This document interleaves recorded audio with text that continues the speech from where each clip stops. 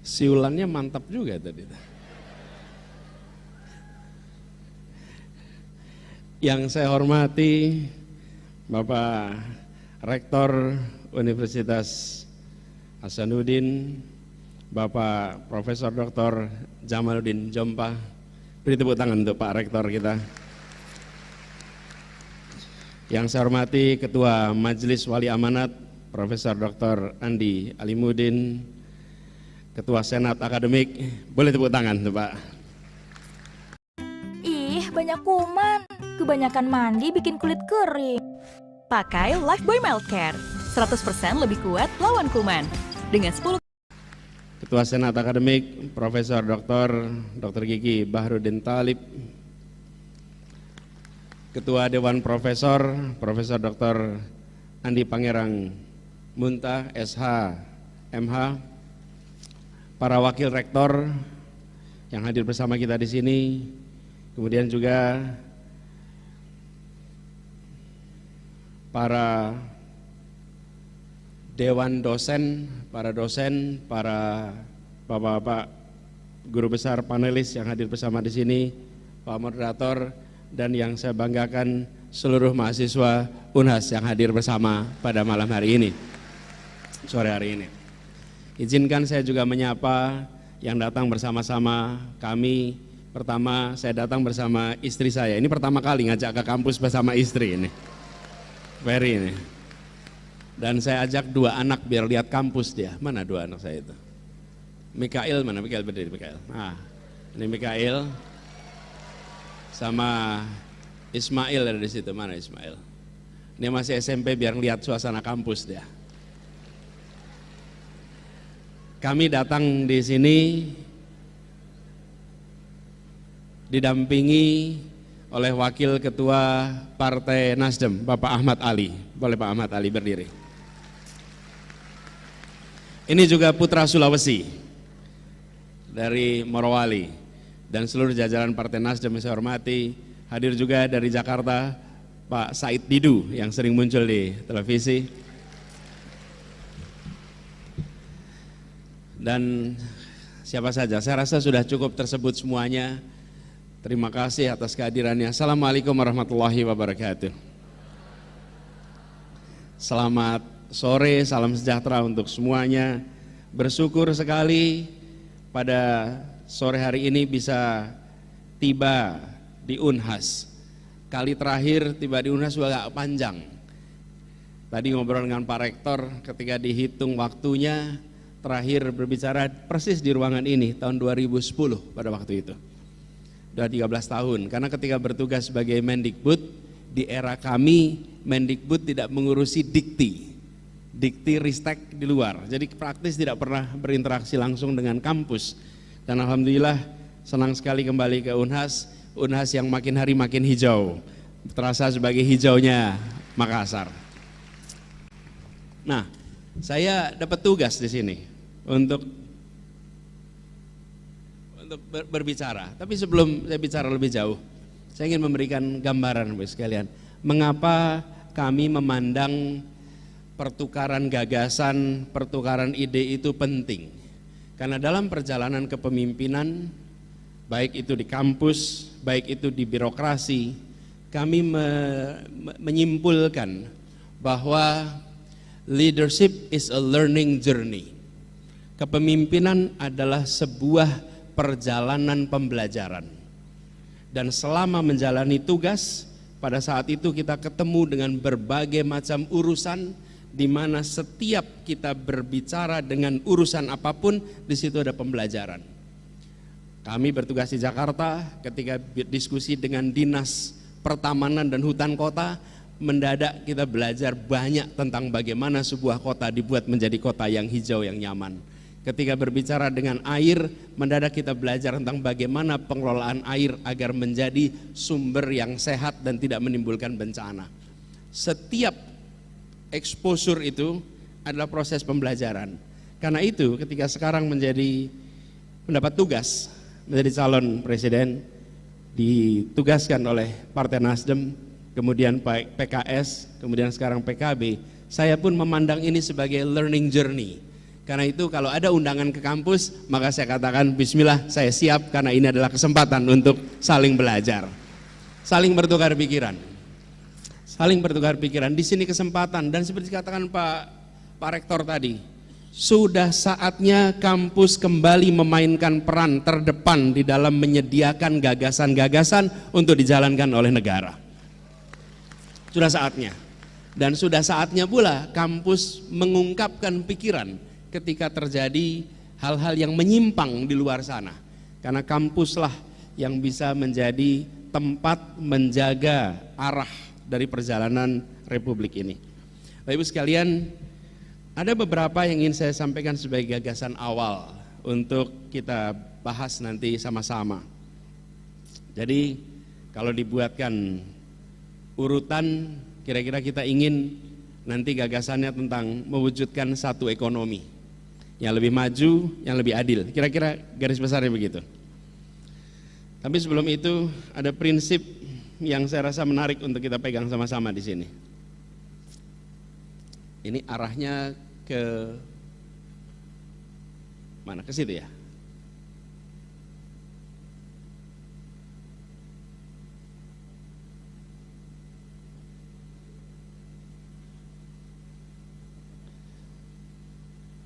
Siri Nepace, betul pengucapannya? Betul. Loh, kalau tidak dikoreksi lah. Apa artinya ini?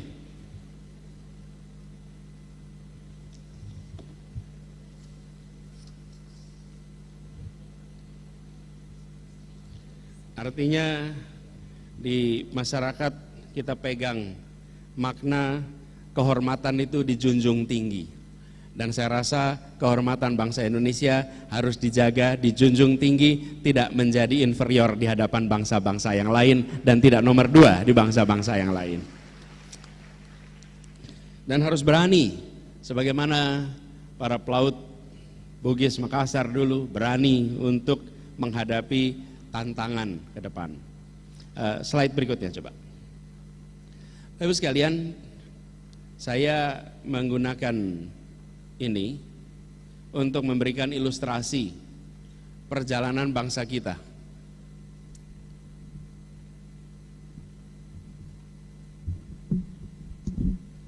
Perjalanan bangsa Indonesia, bahwa Indonesia melewati beberapa fase dan kita mau menuju yang keempat.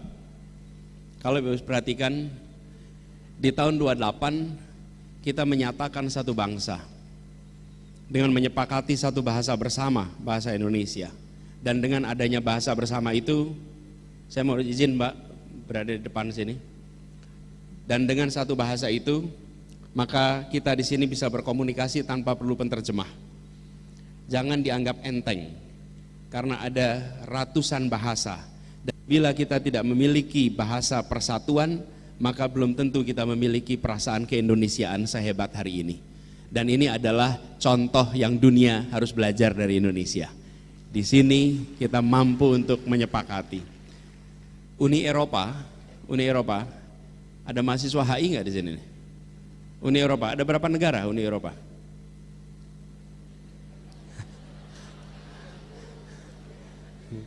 Ngacung dulu begitu ditanya, aduh gitu.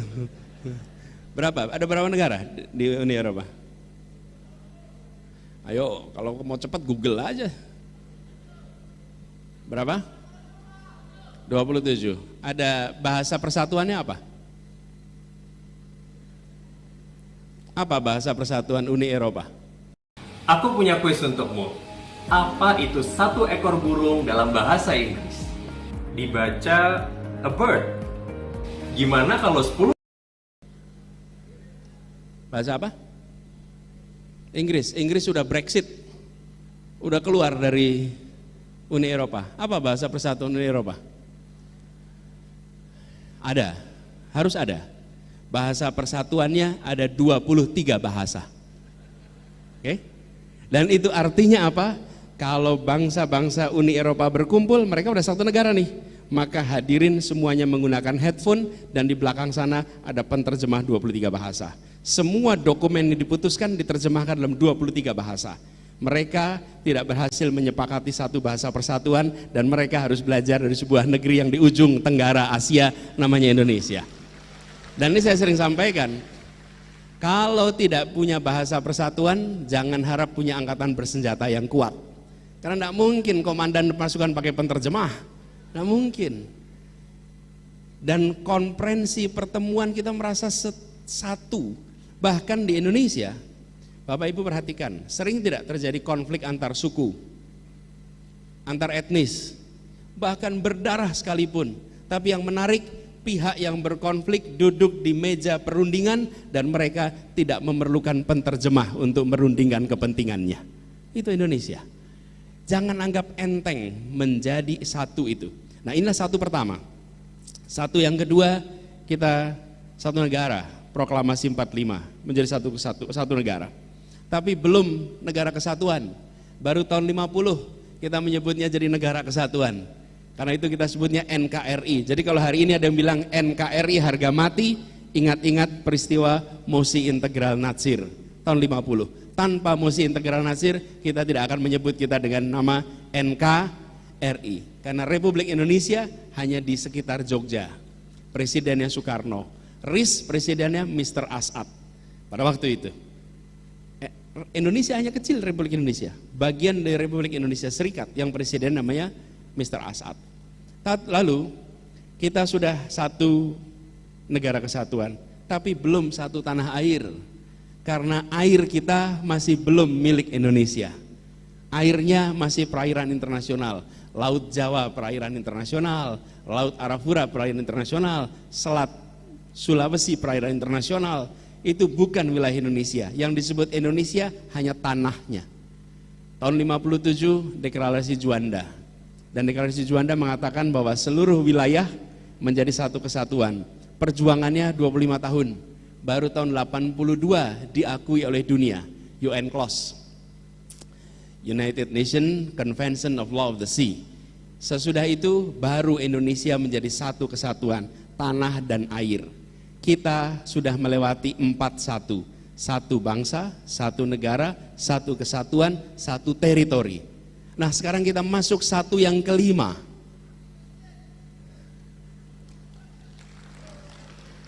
Pelan-pelan, pelan-pelan. Belum sampai sana. Satu yang kelima apa? Inilah yang ingin kita dorong sama-sama. Satu yang kelima. Satu Indonesia, satu perekonomian. Ini fase berikutnya. Di mana warga Indonesia di mana saja tinggalnya, perekonomiannya tersambungkan. Ada satu keutuhan perekonomian. Ini PR kita ke depan. Bahwa Indonesia ini satu perekonomian di mana kebutuhan-kebutuhan dasar kita bisa didapatkan dengan harga yang setara. Kalau sama itu tidak mungkin. Dalam ekonomi tidak ada harga sama. Dalam ekonomi adanya setara.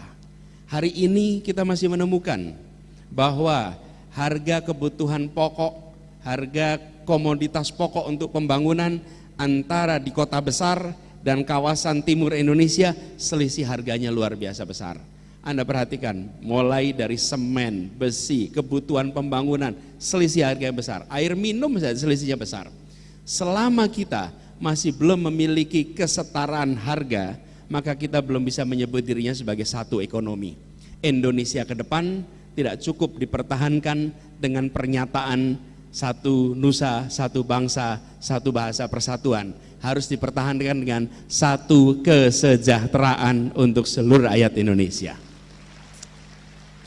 Itu sebabnya kita menginginkan agenda besar kami ke depan mengintegrasikan perekonomian Indonesia.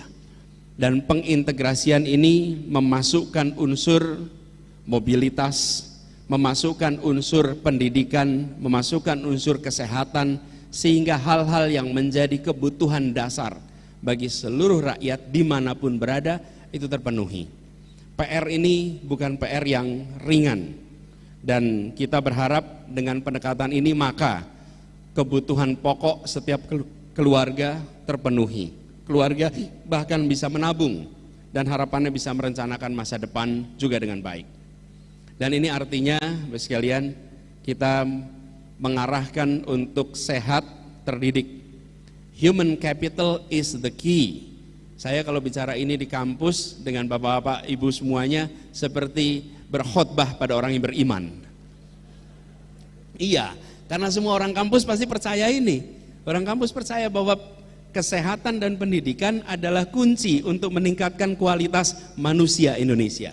Dan saya istilahkan kualitas manusia, bukan kualitas sumber daya manusia. Saya mengusulkan jangan digunakan istilah sumber daya manusia untuk pembangunan manusia. Kenapa? Jangan pandang manusia sebagai faktor produksi, manusia sebagai aset terbesar Indonesia dan bukan semata-mata faktor produksi untuk kegiatan di pasar. Begitu diistilahkan sebagai sumber daya, maka dia ekuivalen. Sumber daya dalam perekonomian ada sumber daya orang, ada sumber daya kapital, ada sumber daya tanah, ada sumber daya teknologi, itu semua sumber daya di dalam sebuah faktor produksi. Manusia menjadi salah satu sumber daya. Nanti akhirnya pendidikan diarahkan sekedar untuk persiapan kerja. Dan ujungnya mereka yang berilmu hanya mencoba menjajakan ilmunya kepada pembeli yang mau menjual dengan harga yang termahal. Ini yang digeser nih. Jadi orientasinya apa? Kesehatan, pendidikan. Kesehatan pendidikan kunci, dan hari ini perhatian kepada itu, mohon maaf, tidak terlalu besar. Kita tidak memandang sehat dan terdidik sebagai faktor utama. Kami melihat anggaran negara untuk kesehatan dan pendidikan tidak boleh lagi dipandang sebagai biaya. Kesehatan dan pendidikan, alokasi anggarannya harus dipandang sebagai investasi. Investasi. Begitu dia dipandang sebagai investasi, maka kita akan menghitungnya berapa yang akan kembali di kemudian hari. Tapi kalau kita menganggap ini sebagai biaya, maka kita akan selalu berbicara tentang bagaimana membuat ini lebih efisien dan seringkali bagaimana dikurangi. Dan ujungnya alokasi untuk pendidikan dicoba diratakan sana sini, yang penting 20% terpenuhi, walaupun kenyataannya tidak mengubah kondisi pendidikan dan kesehatan di masyarakat. Ini harus diubah. Lalu kedua adalah persoalan hukum. Kita semua menyadari bahwa sebuah negeri ini akan maju bila aktivitas perekonomian, aktivitas sosial, aktivitas budaya itu semua ditopang dengan adanya kepastian hukum, rule of law. Hari ini Bapak Ibu sekalian, kalau kita lihat banyak sekali praktek di dalam pemerintahan yang tidak mengedepankan good governance. Harus dibereskan. Ujungnya kita kenal dengan istilah korupsi. Yang kedua, dunia usaha. Banyak dunia usaha yang berkiprah di Indonesia dari internasional, mereka memilih tidak menandatangani kontraknya di Jakarta. Mereka memilih menandatangani kontraknya di Singapura. Kenapa? Supaya ketika ada persoalan hukum, maka tidak menggunakan sistem hukum Indonesia, tapi menggunakan sistem hukum Singapura dan menggunakan pengadilan Singapura. Kenapa? Karena mereka tidak percaya bahwa di sini akan bisa mendapatkan keadilan yang sesungguhnya. Saya sempat bilang, sampai kapanpun kita, indikasi sederhananya, bila investor internasional masih belum mau tanda tangan di Jakarta, maka rule of law kita belum dipercaya. Kalau mau dipercaya, maka semua sudah berani tanda tangan di Indonesia. Dan PR-nya kita perbaiki sistem yang kita miliki sekarang. Kita harus belajar dari kampus, rute-rute yang harus kita lakukan. Kemudian di dalam fase ini juga kami melihat urgensinya untuk menyetarakan peluang usaha di berbagai wilayah. Ketika kita bicara mendapatkan pekerjaan, jangan sampai mendapatkan pekerjaan itu hanya di Jawa, hanya di Makassar, di kota-kota besar, tapi justru kita harus dorong khususnya pelaku ekonomi mikro, kecil untuk tumbuh di berbagai wilayah, memanfaatkan konektivitas sehingga lapangan pekerjaan akan muncul. Bapak Ibu sekalian, kalau disederhanakan, warganya sehat terdidik dalam situasi hukum yang setara dan mendapatkan lapangan pekerjaan. Ini jangka pendek yang kita bayangkan perlu segera dilakukan. Nah, dalam konteks inilah kami berharap nantinya seperti Bapak-bapak, Ibu yang berada di Universitas Hasanuddin yang banyak mendalami bidang kemaritiman, kita berharap sekali bisa mendapatkan gagasan-gagasan yang bisa diadopsi untuk menjadi strategi nasional agar ini bisa terintegrasi di seluruh Indonesia. Nah, berikutnya Bapak sekalian, saya ingin cerita sedikit.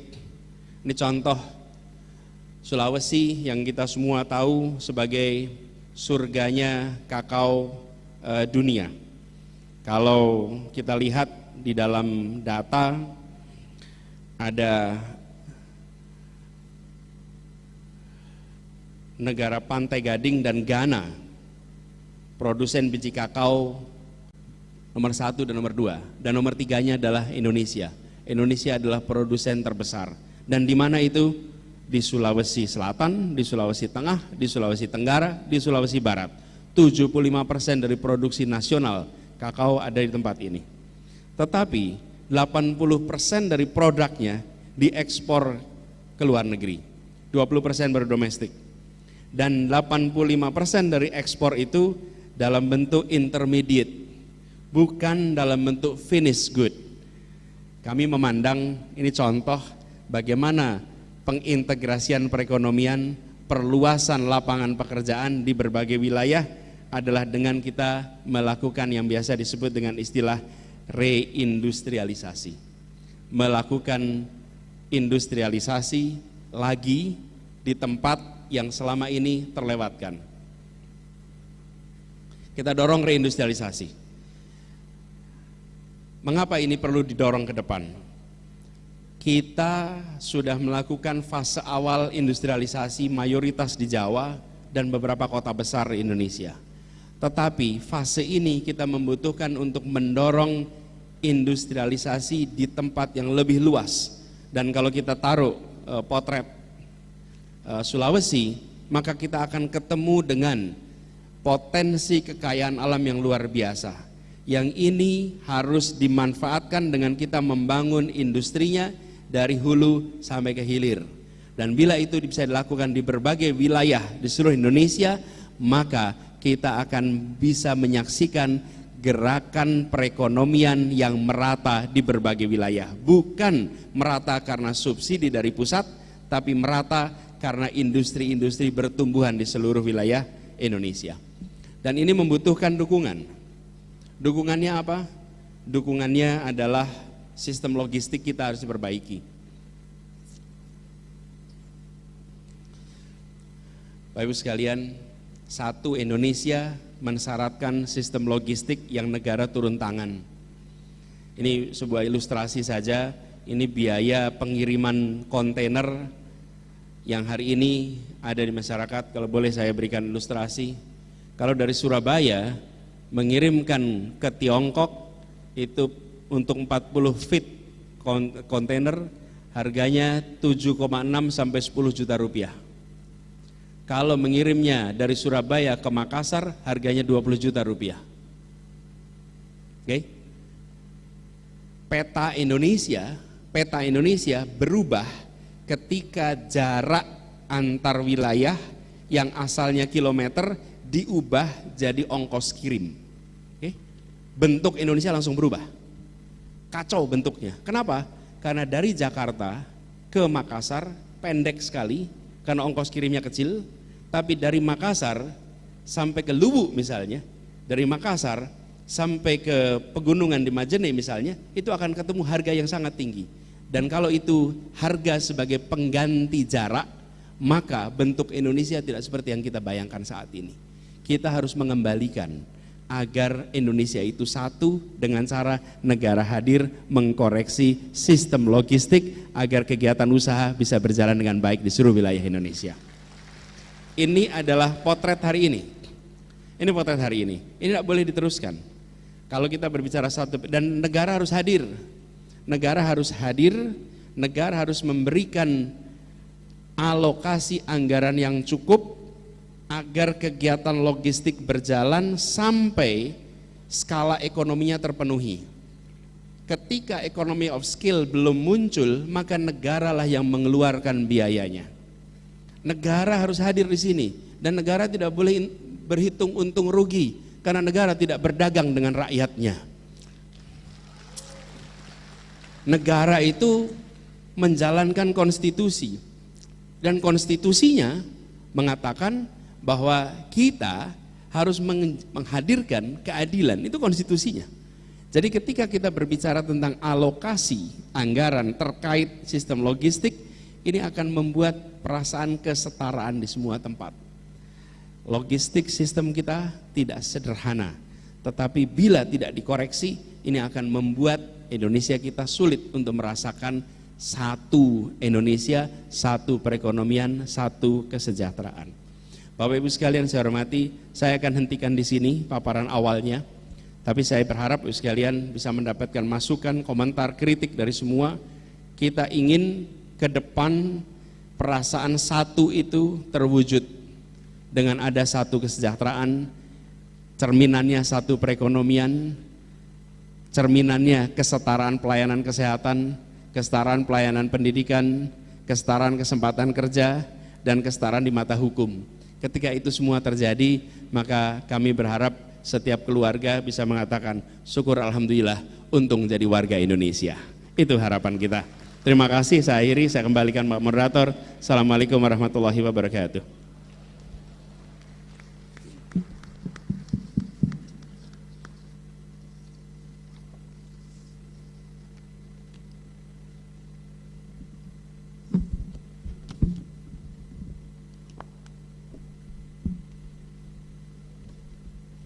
Ya, terima kasih Bapak Anies Baswedan sudah memaparkan secara global pandangan-pandangan besarnya.